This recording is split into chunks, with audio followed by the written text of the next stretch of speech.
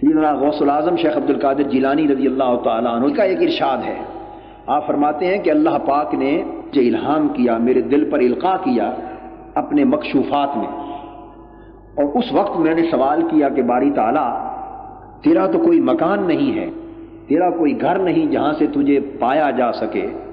جہاں تو مل سکے، اگر کوئی تمہیں ملنا چاہے اور تمہیں پانا چاہے تو کوئی ٹھکانہ تو بتا دے، کہاں سے تلاش کرے، کہاں سے تلاش کرے۔ آپ فرماتے ہیں کہ اللہ جل مجدہ نے مجھے القاء کیا، فرمایا عبد القادر میرے بندوں کو بتا دے اگر مجھے تلاش کرنا ہے تو ٹوٹے دلوں میں تلاش کیا کرو، شکستہ دلوں میں تلاش کیا کرو، میں اکثر ان میں رہتا ہوں،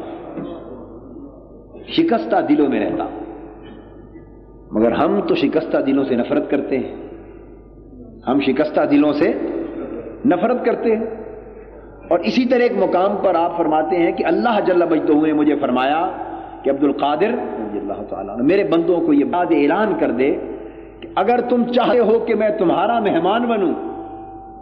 چاہتے ہو کہ تمہارے گھر آؤں اور تمہارا مہمان بنوں، تو پھر وہ لوگ جو فقر اور فاقے اور بھوک اور افلاس کی آگ میں جل چکے ہیں اور غربت کے مارے ہوئے ہیں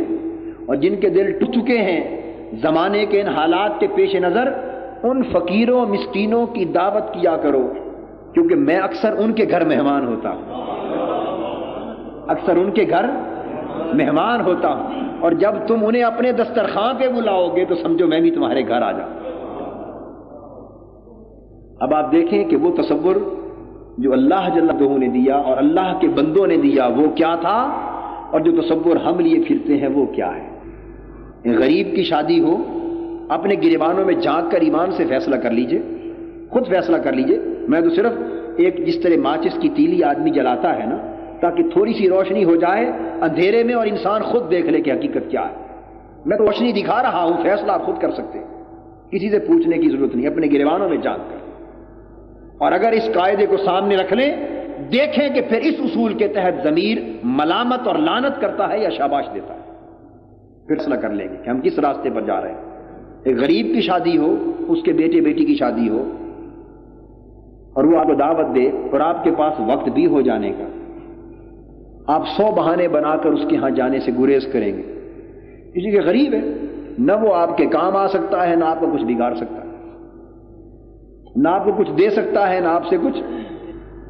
لے دوسرے معنی میں سکتا ہے۔ ویسے تو آپ یہ گمان کریں گے کہ لے گا ہی نہ، کچھ دینا تو اس نے کچھ نہیں، گریز کرتے ہیں۔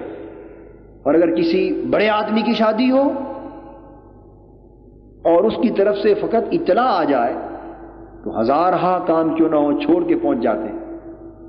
اور کیا علی جا اور حضور اور سرکار اور سر کن القابات سے نواز کے اپنے آپ کو ذلت کے گڑھوں میں گرا رہے ہوتے ہیں۔ یہ ہم نے مرتبہ انسانیت کا بنا رکھا ہے۔ یہ قدر کس کی ہو رہی ہے، انسان کی یا پیسے کی؟ یہ پیسے کی پوجا ہو رہی ہے، اور پھر ہم کہتے ہیں کہ ہم موحد ہیں، ہم توحید پرست ہیں، اللہ کی عبادت کرنے والے ہیں۔ قیامت کے دن یہ سارے احوال کھول کے آنکھوں کے سامنے رکھ دیے جائیں گے۔ اللہ کو دھوکہ نہیں دیا جا سکتا، مخلوق کو دھوکہ دے سکتے ہیں آپ، مگر اللہ کو دھوکہ نہیں دے سکتے، اپنے نفس کو نہیں دے سکتے۔ نفس کو تو معلوم ہے نا کہ یہ کس کی پوجا ہو رہی ہے، تو اللہ کو دھوکہ کس طرح دیا جا سکتا۔ اسی طرح کسی کی عادت کا معاملہ آ جائے، وقت ہو، تعلق بھی ہے اس غریب کا آپ کے ساتھ، اعزا میں سے ہے، اقارب میں سے ہے، دوستوں میں سے ہے، ملنے والوں میں سے ہے، وقت ہے، اطلاع ہے، عیادت کے لیے نہیں جائیں گے، 100 بہانے بنا لیں گے۔ مگر اس کے برعکس صورت ہو، ساری مصروفیات اور مشاغل ترک کر کے اس کے ہاں 100 بار جائیں، بلکہ دھرنا مار کے وہیں بیٹھے رہیں گے، یہ میں عیادت کا ثواب کما رہا ہوں، پوچھنے آ رہا ہوں کہ حضور علیہ الصلوۃ والسلام کی سنت ہے۔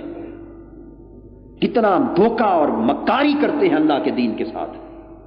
اور ہمارا کردار کتنا گنانا اور بیانک ہو چکا ہے۔ ہم شریعت کے تصورات کے ساتھ بھی دھوکہ کر رہے ہیں۔ ہمیں علم ہے کہ ہم حضور علیہ السلام کی سنت سمجھ کے نہیں جا رہے ہیں،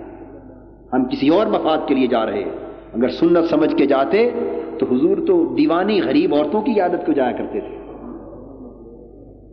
جن گھروں میں سوائے دھوئیں کے کچھ نہ ہوتا ان کے گھروں میں جا کر بیٹھتے ان کی دل جوئی کرتے تھے، پھر ہمارا طرز عمل کچھ اور ہوتا۔ اللہ جل مجدہ نے فرمایا کہ میں ٹوٹے دلوں میں رہتا ہوں، اگر میت بھی چاہتے ہو تو ان کو قریب بلایا کرو۔ سب سے پہلے نئی ویڈیوز کو حاصل کرنے کے لیے شیخ الاسلام ڈاکٹر محمد طاہر القادری کے آفیشیل یوٹیوب چینل کو سبسکرائب کریں اور بیل آئیکن کلک کریں۔